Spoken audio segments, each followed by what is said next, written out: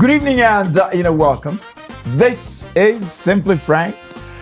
2 weeks to go before the elections. Last week I featured, what can I say, about the presidential candidate of NRPUP. I think he is a torture bearer. Does that ring the bell? It does ring a bell, and I recall that, vivacious interview you had on the road and off the road in Mukushi before he proceeded to Serenge and returned back. Excellent. This is Frank and Simply Frank and Ambassador Mukwita, from ambassador to Germany, and the author of the only biography about the late, President Edgar Chagwa, Lungu. Tonight we decided, to look at Brian Mundule, the man. This program is sponsored, so don't hold me, against whatever, is going to be said on this program, because it's a sponsored program, and my guest is free to express frank, issues about Brian Mundule and other related, governance, issues. First things, faced a grueling, campaign sandwiched into many other, governance issues. This is an election that really I have never experienced. Uncle Frank, you are the veteran. By the way, before we go on further, good evening to our audience. My wife Elaine told me to say that when we come on set this evening, I should wish you a happy belated Thank you very much. She wasn't able to get it. Much obliged. Much obliged. Now, getting back to the question that you raised, this has really been one hell of a grueling campaign. One which first underscores what one can probably describe as arrested development. What I mean by that, Ambassador Mutubela, is that this is a campaign for the opposition, especially, that seems to have been choked. It didn't really take off from the beginning. What we actually saw mostly was the president of Zambia, the incumbent, who seems to have been in campaign mode from the very beginning, immediately after he was sworn into his office, while the rest of the opposition seems to have been depressed. So, quite frankly, if I may borrow from your own interview with Honorable Brian Mundule on the sidelines of the campaign in Mukushi, where you said 4 months ago, I'm trying to imitate Frankie, where you said 4 months ago you were just in mere obscurity. Very little or few people knew about Brian Mundule. But 4 months later, you have mogrified into this rock star. This politician rock star. There is women screaming your name. There is youth coming and flocking at all your rallies. And why is this happening? In order to respond to the question that you have put forward, I think the suppression was more like that pressure in a Coca-Cola bottle. You shake it now over a period of 4 years. Suddenly there seems to be one person who is coming up and saying, President Hichilema, you are not alone in this place. I am here too. I think that's where we are. You're a political, analyst, and you're also, wearing the heart of an experienced, journalist. To start the show, I know the thrust is BM, but let's see how your fellow, journalists are covering the news. Lately in the midst of the campaign. The diggers, lead with the story related to the commissioner of the cobalt, Yuyi. Yes, Mr. Yuyi Mwala. Who has been arrested. Copper theft. Amazing. How do you explain that? Well, it's some sort of unexplainable. To begin with, when I first saw it on social media, Ambassador Mutubela, I thought it was one of those, stories that simply fly around. And when I saw some verified reports, as Ronald Reagan once said, that trust but verify. Once we did the verification and found that it's true, the former commissioner of police for the Copper Belt province has been linked to theft of copper. It was kind of shocking. Yeah. And it also, as a political analyst, as you have said, it came to confirm the worst fears of the opposition. Brian Mundule in particular has for a very long time making reference to the Financial Intelligence Committee report, the FIC report, which says, according to the statistics that have been shown by FIC, in the last 5 years, since this government came into power, there has been a recording of more than $7 billion US that seems to have walked across, especially into Asia illegally. Illegally. And there hasn't been that much noise about it. So Brian Mundule has been saying that there seems to have been some sort of selective justice and investigations. Because it appeared everybody that had been arrested or has in fact been in front of the court or been jailed are from the previous Patriotic Front administration. And in the current government, there was only angels. So when you see something at this level, this is where they say, who will guard the guards? Right. Yes. When you see, it's jarring. It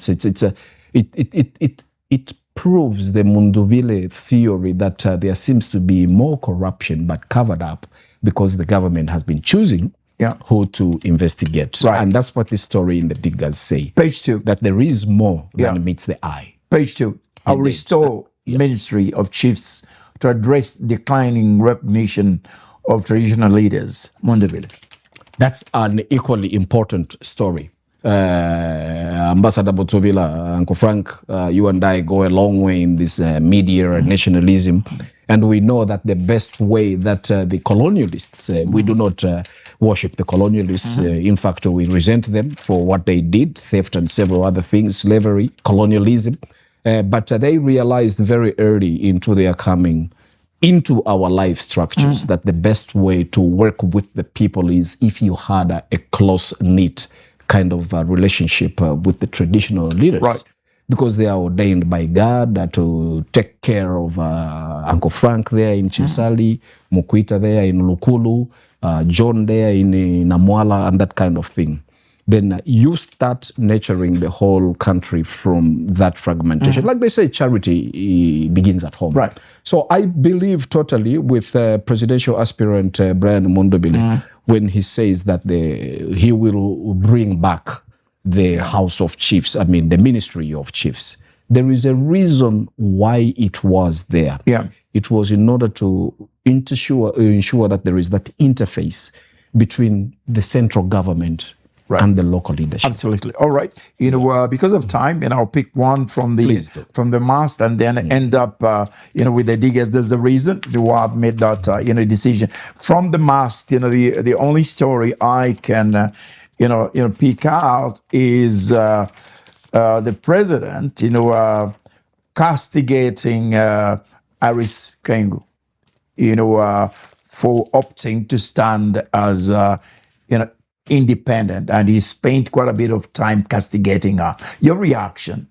My reaction is that next time the president decides that he shouldn't do that. He is the president of the Republic of Zambia, elected by more than 2.8 million people, ordained basically by God.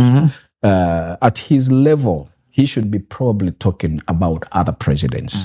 Not at people like Miss Iris Kaingu, whom I respect very much because she's a citizen of Zambia, like myself, and she has a right under the Constitution to choose whether to run as an independent or to run on a party ticket. But when she clashes with the president, whom she has embarrassed terribly, I've listened to her response. It almost belittles the president. She's basically telling the president, say, you are the president. You went in public and spoke about a young lady like me without giving my side of the story. This is my side of the story. I said no to you in private, and I'm saying no to you in public. And I am aware that you even got in touch with my parents, with my father, to try and soften me. But You know what is doubly sad with 2 weeks remaining before we go to the elections is this appearance of non-democracy. Because it's not only Iris whom we have seen being gagged because she has decided to go independent. We know the bittersweet love-hate story of the president and his former buddy and friend, Gary Nkombo. And it hasn't ended very well. I mean, going to an extent where he has used some language on Gary, and now this guy in Mazabuka is really like stubborn. And I think the president should have restrained himself. If he wanted, he could have used some of his lieutenants, but you do not get to a place where the pharaoh start speaking with the peasant farmers. You know, you do not get to that level. I think he should have restrained. He is the parent here. He is the cornerstone that holds it all. And that is why I think I saw also Brother Brian Mundule tell him, say, oh, take a chill pill, Mr. President. You are the capo di tutti capi. You are the boss of bosses. What you said about Gary Nkombo and his mother is wrong. Now we are seeing that moving from Brian Mondobele, from Gary Nkombo to Iris. So everybody wonders, who next? Right. Why has, very quickly, why has he deviated, from economic and social issues, which should be the driving force of this, campaign, and become personal? I do not think has he run out of clearly, issues? that's what it could be shown. I mean, I do not speak for President Hichilema. His team should have a better response on this. But if I may say so, from looking at it just as a political analyst, I think when you have 2 weeks or 3 weeks or even a month before elections and you are the incumbent, what you should be simply doing is to use that PFECL slogan is Sontepo wa Bomba. Right. You should simply say, there is the 1,000 schools that I have built for you in the last 5 years. There is the 225 level 1 hospitals I have erected for you. There is the 3 international airports that I have erected for you. There is the mine that I have gotten back from a defaulting foreign investor and I've brought back. In my view, coming from a communication strategy background, that's what I would have encouraged the president to do. What the president is doing in political parlance, we call it ad hominem, which means going after the person or the character instead of the issue. And that is wrong. I mean, it shows that your campaign is kind of on a slippery slope. You are kicking the can down the road. So I would say if there was still a way of reviving his campaign, looking at the gains and the major leaps and the bounds that the Mundubele seem to have made, he should get back and say what he has done. The final story, actually leads, us into the main subject, and that is, Brian Mundubele. It's an editorial, one of the many editorials that the diggers have, written, about NRPUP and in particular, Brian, Mundubele. All of them, I think, they've been negative. Indeed. And this is no exception. And the headline is NRPUP wants power for one mission only to release jailed PF criminals, still more. The last paragraph. We've heard their promise. We've heard their mission. We've seen their desperation. NRPUP offers nothing better for this country. It is selling the return of the same political culture that Zambians rejected in 2021, only under a new name and in different, colors. Voting for such a project would not only be dangerous, it would amount to rewarding impunity and betraying the moral responsibility citizens carry when choosing national leaders. This is your program. I don't want to say much. The only thing I can say is from my 56 years experience as a journalist, I have never put my words in the editorial. The editorial is set. It's stuck into clay. and that is what drives the paper. Unless, if say, in the States, for example, where again I spent a bit of time, a newspaper or a radio station can decide we're going to support this political party, like the Fox supports, Trump. I think Washington Times, supports the Democrats. Could you respond, to that? Again, I make it very clear. Indeed. It's not my response. They've bought the time, and he can say whatever he wants to say. It has nothing to do with BMTV. Your quick response before we deal with the BM. My quick response is, when you are a newspaper, and I speak here as a former editor-in-chief and managing director of a newspaper myself, including a World Bank Best Investigative Journalism Award winner. So what I know about editorials is that, to begin with, people trust newspapers and news media. They trust Uncle Frank more than they trust politicians, because they see there seems to be this veil of unbiasedness in what they say or they do.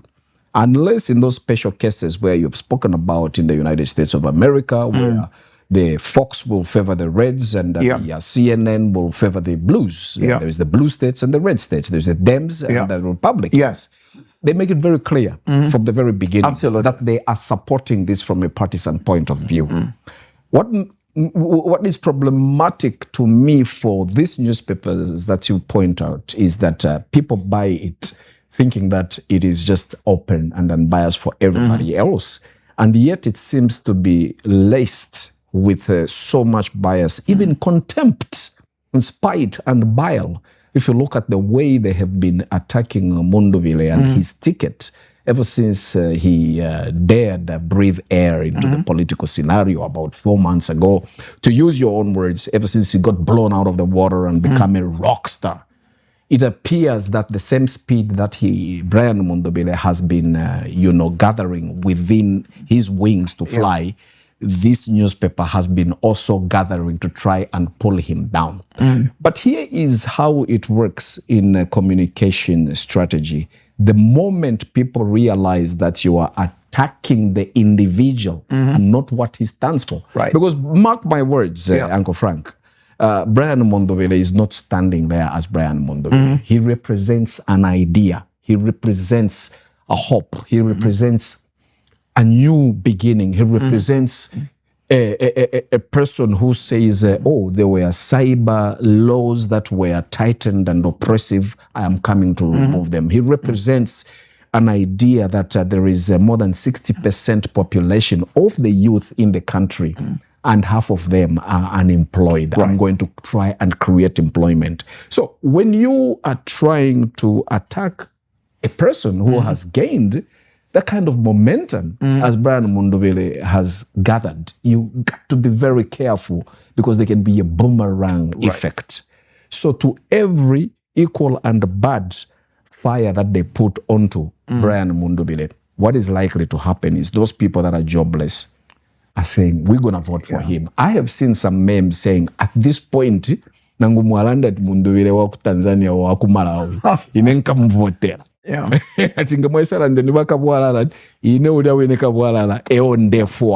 So that is the what these kind of editorials risk doing.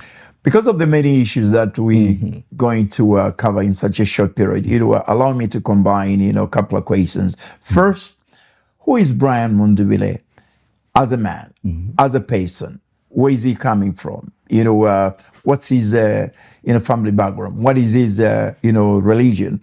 And then you can talk about his career, professional career as a lawyer. And then after that, I'll ask you to pick it up in terms of his political career. Thank you very much. It's very difficult to describe the phenomenon called Brian Mundule. I am not an expert in that, but as an autobiographer, as you mentioned earlier, I always take a keen interest when I see a rise and the characteristic of a person. So for instance, I have known Brother Brian Mundule for close to 24, 25 years now. Yes, I know him way back about 2004, 2005. I was leaving for my first master's degree. in mass communication in Australia. We used to link up every evening, every afternoon through a common friend of ours called Chombachela, whom you may know, the former ECZ boss. That's where I first got to know this bubbly guy. He was a businessman. So he was in agriculture and he was also in timber. I remember actually we used to call him at a certain point, affectionately, we used to call him Brian Timber. Right. Yes. Okay. But that also went not only because of the character, he was a solid character, but also because of what he was able to do to get out of the city, to go into the farms. Yeah. But then you have to understand that this is a brother who comes from a huge family. His father, Mr. Chilambwe Mundule, was a freedom fighter, mostly like he was the son of a reverend. Yes. So he moved around the country a lot. Of course, having been born in Mporokoso, his district, his father worked in mostly in Northwestern Province, in Mwinilunga, Solwezi. Brother Brian was always there until he eventually came over. You know, he was born, by the way, on 5th January 1970. So that should make him, I think, 55. One of the youngest to contest the presidency, I think, after Kenneth Kaunda and FTJ. I think Kenneth was the youngest at about 44 or thereabout, then FTJ, and then the years have kept reducing. Now we have Brian Mundule, born January 5, 1970. And he moved over from those hinterlands where he learned to speak, Kaonde, a bit of Kalubale here, Mujiviepi, Tujitubulongova, Mwisho. That gave him a national character. And then he moved into Lusaka now. Into Lusaka, he lived with his sisters, one of them off Katimamulilo Road, near what used to be the Irish embassy. He grew up there with one of the sisters. But when she had to move, he moved over to another sister in Sunningdale. So he remained in Lusaka for a while until he actually went to University of Zambia. Natural Sciences School. He was initially supposed to be studying engineering. As you can see, he's got an engineering firm. They build roads and schools and all kind of things with his friend and old school buddy Akabondo Mnalula. And they still have offices there on Nalubutu Road and off Zambezi Road.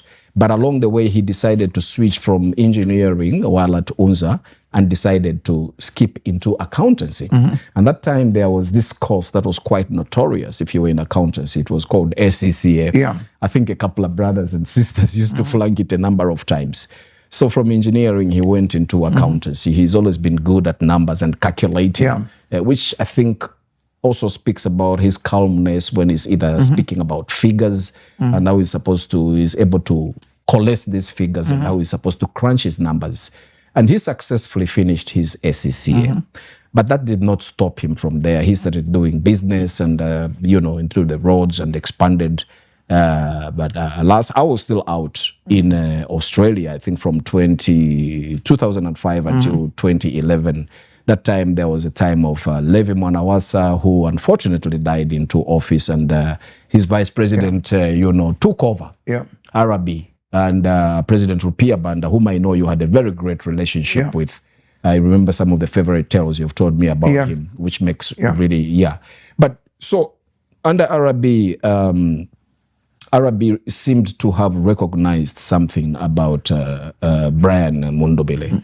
And he decided to make him the Energy Regulation Board, ERB chairperson, which was quite a lofty position for a younger man. But he had noticed that despite the age youngness, Brian Mundubile always portrayed this certain calm, around him, stability and maturity. So he was able to make him ERB chairperson when it was not fashionable for younger people really to have that position. At this time, Brother Mundubile was also deciding that apart from accountancy, let me try to add in another, profession. So he decided to study law. He did his first degree in law and he did his master's in constitutional law from UNILUS. And he also trained for the bar. He was accepted to the bar. As we speak, he is a friend of the bench. Excellent. He can defend yourself and myself Yes, and then by 2016, his star seems to have been on the rise. This is Brian Mundule, who now is a chartered accountant, SCCA fully qualified. This is Brian Mundule, who has a first degree LLB. This is Brian Mundule, who has a master's in constitutionalism. In fact, it is at UNILAS that he seems to have met with his favorite younger brother and friend and running mate, Makebi Zulu. Right. Yeah, they both studied constitutionalism there at master's level. One older, the other younger. The other one, the running mate, very vivacious, very exuberant, aged 45 years old, just 5-year difference with the running mate. Both of them deeply Christian. In fact, Makebi Zulu, the running mate, is a trained pastor. He went to Rema. Exactly. Yeah. So you being a son of a reverend, I know that really interests you a lot. Yeah. Well, Brother Mundule was initially Catholic. Yes. But by Now he's 1991, Pentecostal. 1991, he decided to go Pentecostal and got baptized at North Meads Assemblies of God.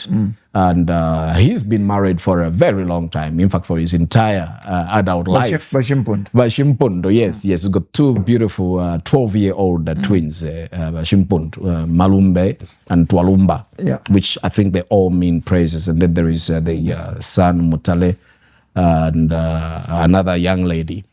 So there is a total of 5. And his wife, Asled, whom he met at university, and they've been together since. 3 couple of things that you've raised that I've picked up from there. One, you mentioned that he's got national character. Indeed. 2, multifaceted, in terms of academic achievements, career-wise, the same. 3, strong, Christian.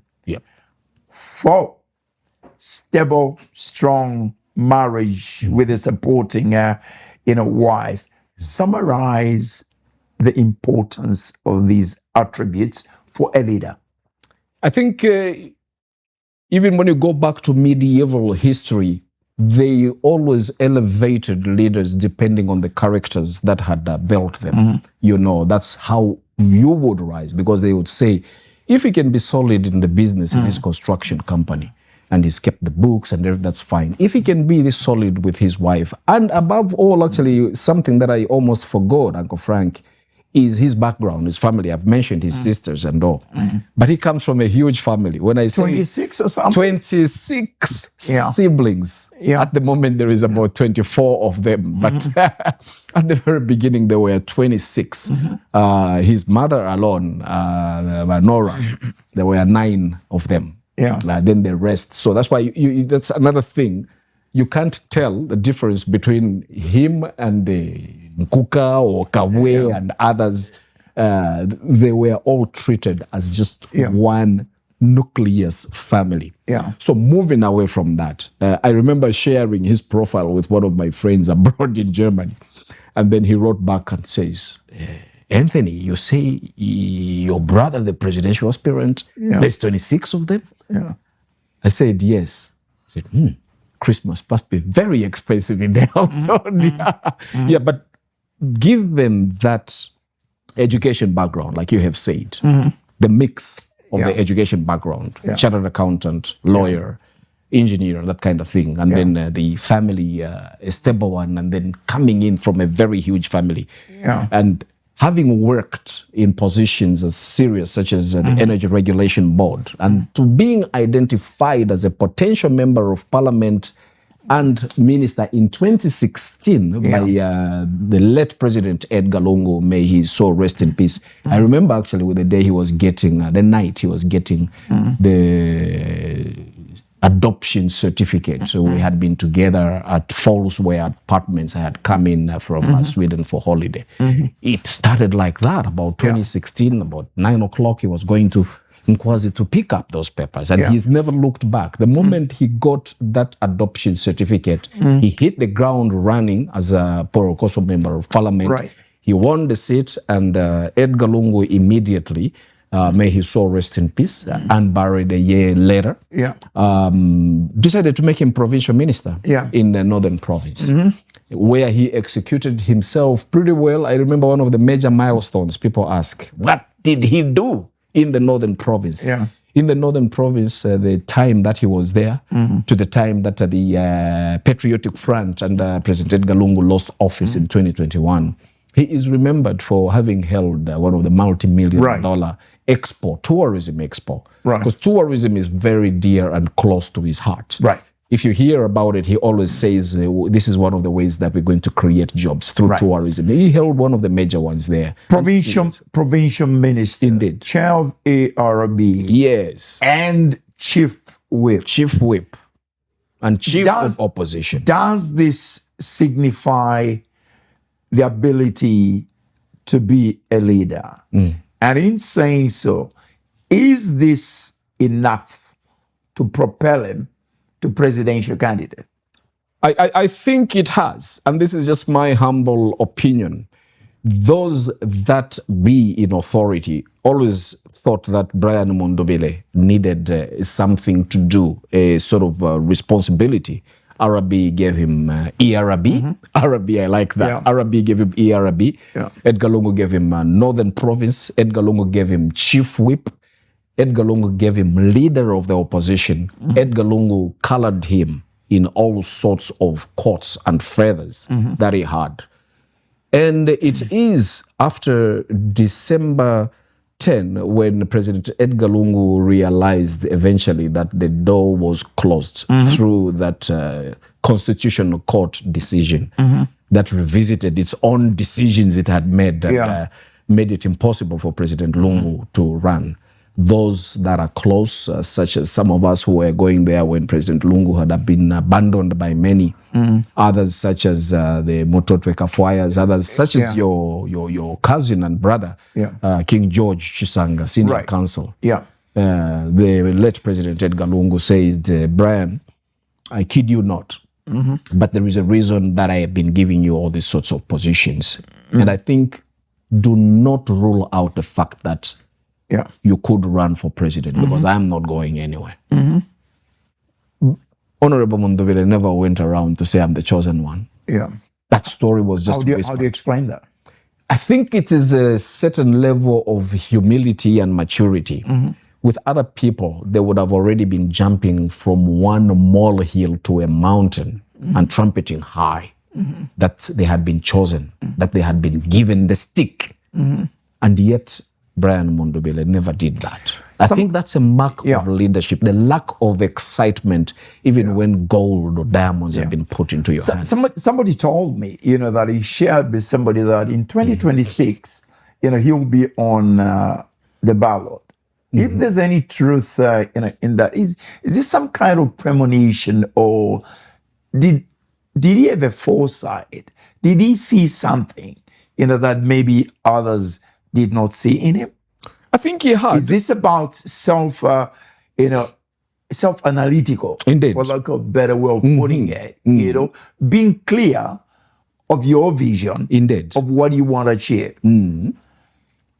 I think he had, but mostly with Honorable Mundule, Brian, is he reacts sometimes with the way the situation around him reacts. So, for instance, there were about 10 of them in the Patriotic Front. The Patriotic Front now belongs to the UPND, who were vying for presidency.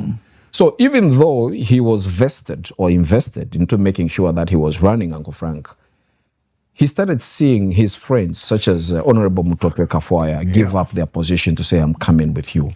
His friends, such as Stephen Kampiongo, come in and said, I'm coming to be with you. His friends, such as Honorable Kampampi, his friends and several other opposition leaders now coming and coalescing around him. And I think it is at this point, I could be wrong, that he decided that with all these people that are coming around me, maybe there is a special something that I possess.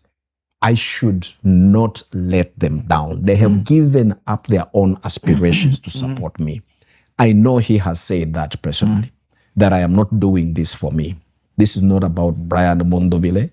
It's about the boulevard of broken promises. It's about Wanamutinta Makuru Pamakasa, Nemisepela, bringing them to the margin, the 70% people. And if George Chisanga, if Mohabi Lungu, if George Chulumanda, if Reverend Trevor Mwamba, they are all saying that I should come, that humbles him. And I've seen him become this sort of voice, Uncle Frank, and you have traveled widely, you and I are former ambassadors. You know, when you are flying there on your way to Italy, there is a bit of turbulence. The hostess comes and says, don't worry, everything's all right. You are all right, but you feel much more calm when you hear the captain says, this is Captain Mutubila. We're experiencing a bit of turbulence, but we shall be okay in the next 2 to 3 minutes. As a rider, to that is a very important observation. I know, like you've said, there were a lot of people vying, openly, indeed, to lead the alliance. I even know that there are a lot of people who preferred or who liked Maccabi, but Brown never panicked. No. How did he swing it, as against some of these quote-unquote perceived as heavyweights too? I think one of the main reasons Honorable Brian Mundule swung it is that he never did go ad hominem on those that called him off for either being a loser or being too fast or being, a guy who was strayed out of the party and created his own. He never responded to this. The only time I remember him responding was when he was calling for love. He says, guys, we have now set up what is called 100 days of hope. This ship is moving. This horse is bolting out of the band. We are moving, but I don't want to move alone. Honorable Makebi Zulu, you are my brother. I want you to join us. Honorable Fred Membe, you are my brother. I want you to join us. Honorable Harry Kalava, you are my brother. I want you to join us. So constantly, even when he came under attack, he returned that attack with love and humility. And as a result, I think this continued to gel people around him to an extent that as we speak, there is 17 parties. It's the largest coalition we've had since the return of multi-party politics in 1991. You see the elders such as Prince Akashambatwa Mbiku Sitalewanika. You see the elders such as Voinonge Wina. You see all these people who initially did not back any horse coming up, the Peterson Campers and the rest coming up and saying this. And the thing is, the Chishimba Kambwilis, even the people that once condemned him, he sits with them, breaks bread, wine, and water with them. And you can see he looks people straight in the eye, the way we are looking at it.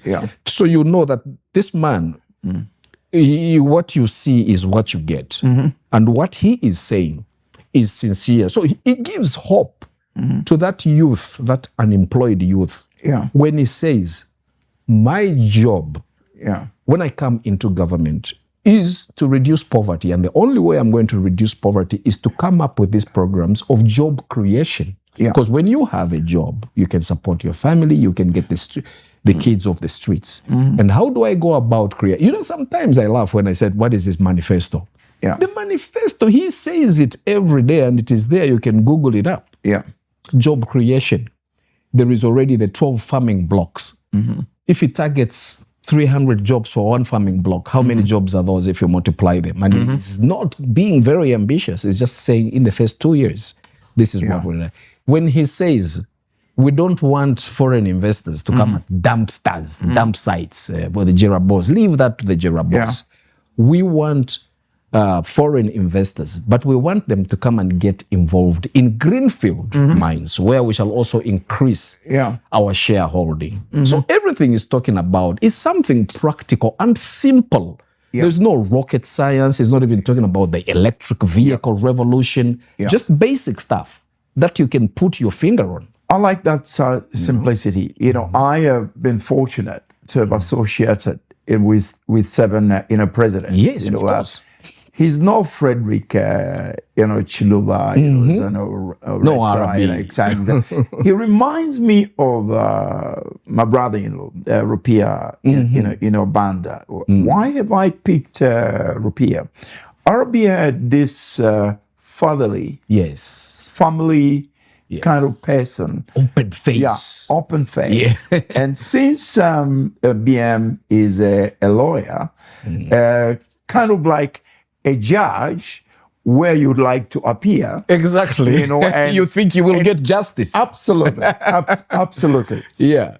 And as a rider, to that, is this what is endeared him to the large crowds, that he's attracting? I think it is. Saying so. What is the message there?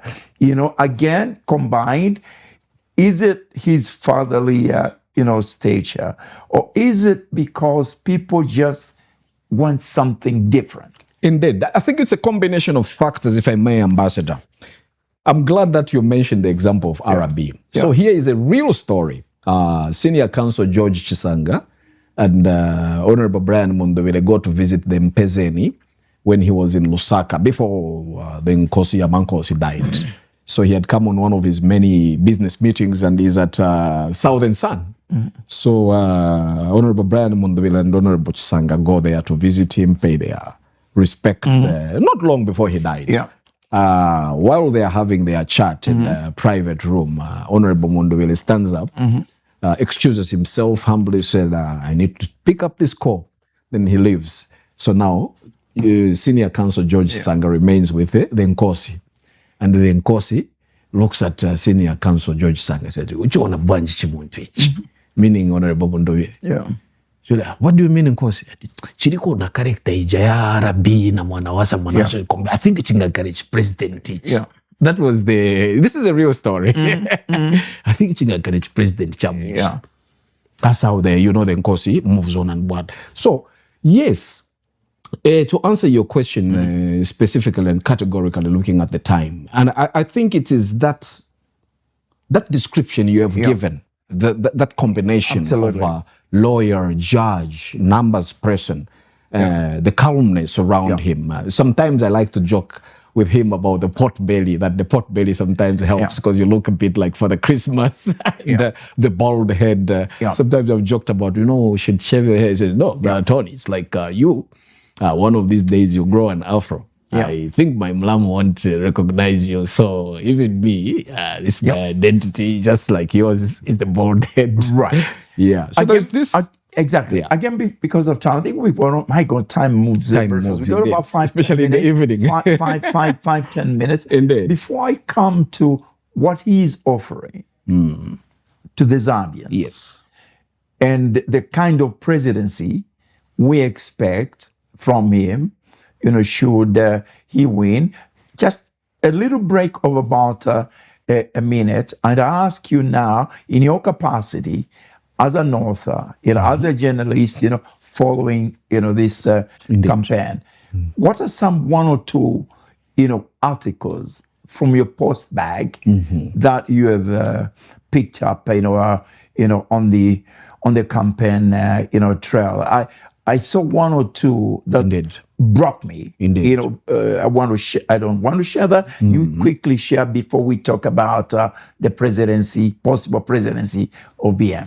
I have been documenting Brother BM, for a while now. And also because of the personal friendship we had. I must mention at this point, one of the things that I'm glued to the brother, Uncle Frank, is when my mother, boy Elizabeth Mukwita, died in 2020, one of the brothers who were at my mother's funeral continuously was Brother Brian Mundule. He actually sort of attended the funeral twice. He went on the Saturday, they told him, no, it's not today, it's the next day, and he still went the next day. So for me, that means a lot.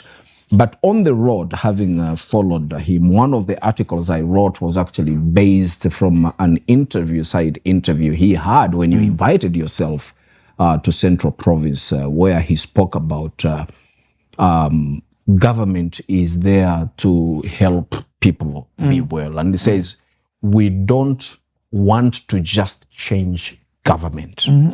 We want to change how government works. We want the government to work for the people as one tribe. And that tribe, according to Brian Mundule, is one Zambia, one nation. Not regionalism, not Bemba. In fact, he said this, he repeats this every day. I am standing here naisa kuno mukuimini na kunani kusolwezi ba mwisho, not as a Bemba but as a Zambian, as one who seeks to unite all of us.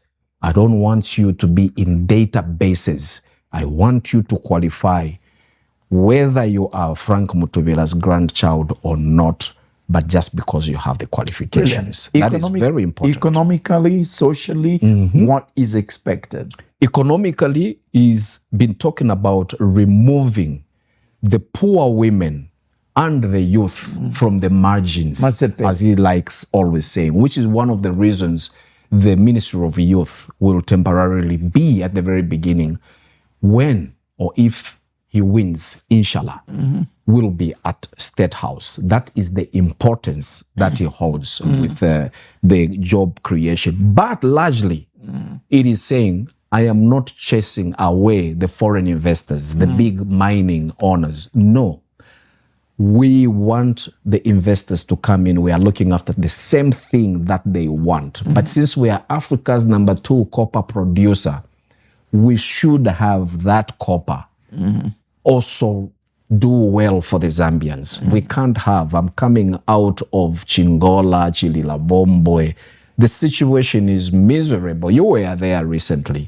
There is potholes in corridors, not just in the roads, but in corridors. This is the home, like Chingola, of big mining companies. And that I saw broke our brother's heart. And him coming from a big family says, look, my family now is going to be Zambia. So we want to remove these youth from the margins. We want the foreign investors to come, but we want what is called shared value. 50% of the business should be given to the Zambians because we are in a hurry, says Brian Mundule, to create Zambian millionaires. So for instance, Uncle Frank should have 2 or 3 BMTVs or simply Frank TVs, you know, because he's done 56 years. He knows how to run this with his eyes closed. So that's the very important thing of trying to make sure that we do not just tax the mines, but we tax them fairly. We do not give them tax. So we're talking about shared wealth here, in all the provinces. Indeed. The million kwacha question, Ambassador Mukwita, the momentum, is frightening. Indeed. Can you conquer the rest of the provinces, and can he ensure, that all those large crowds turn up on the 13th of August? I think it is possible. The reason I say it is possible, Ambassador Mutubela, is even when you go to the place where he holds these rallies, what we understand is in the other parties, they normally do bus them, they give them money and allowance to attend, they have regalias, you can see they are colorful. But when I have traveled with Honorable Mundule in the several places where he has been while I'm documenting this 21st century political blockbuster, I found that even if, like for instance, they did in Kabwe, they remove him from the city and take him into the bush, people walk to that place.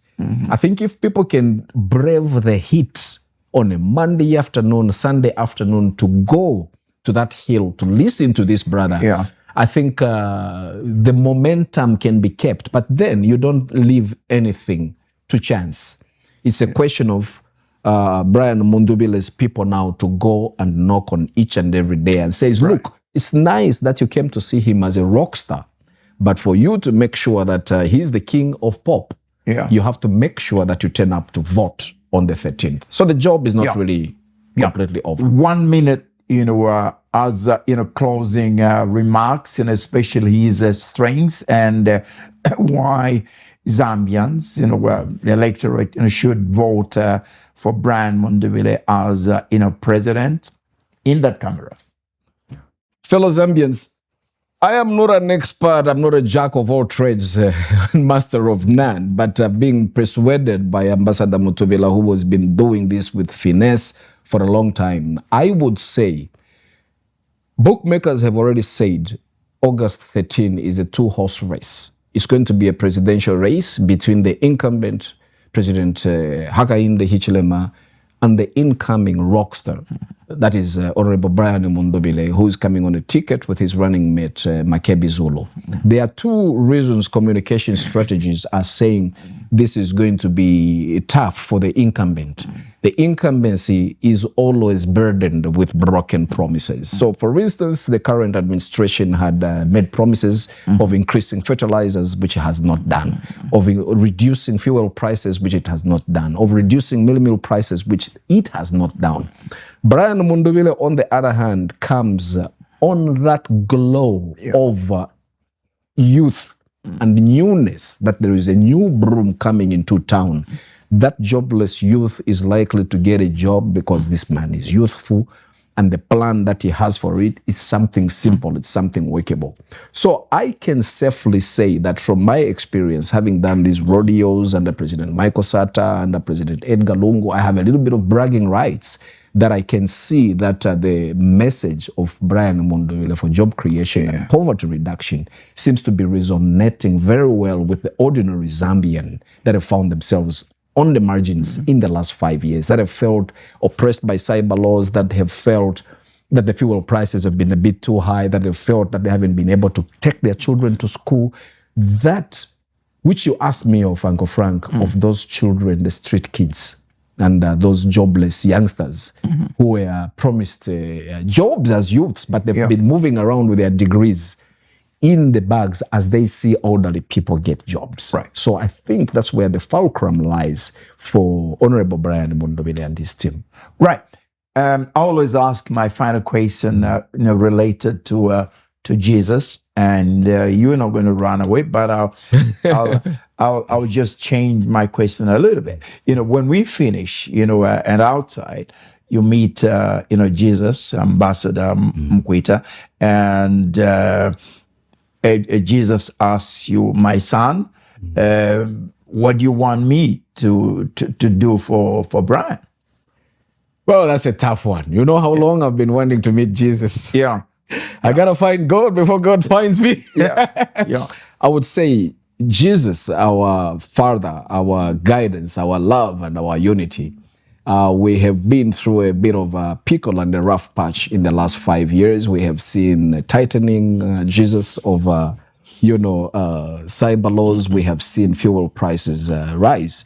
What I want you to do for me, dear Lord Jesus, our King, please cover Brian Munduvile in the blood of the Lamb of God, so that he can probably come and try his hand. He's a Christian man. He can come and try his hand at reducing poverty, creating jobs, and uniting this country, a country that has declared itself in your name as a Christian nation. Ambassador Mukwita, I thank you so much. I am too grateful, Uncle Frank. I learn a lot every time I sit on the set with you. Thank you very much. This has been, Simply Frank. My guest, a good friend. We've come a long way. Too long. Yeah, we used to do a program, called Let the People Talk. And it was massive, and I enjoyed, this, interaction. 2 weeks, less than 2 weeks by the time we transmit, this, show. What can I say? How do I, end this program? All I can say is, the best man, win, and as usual, won't forget, do your very best, and God will do the rest. On behalf of Ambassador Mukwita, I'm Frank, on Simply Frank. Good night.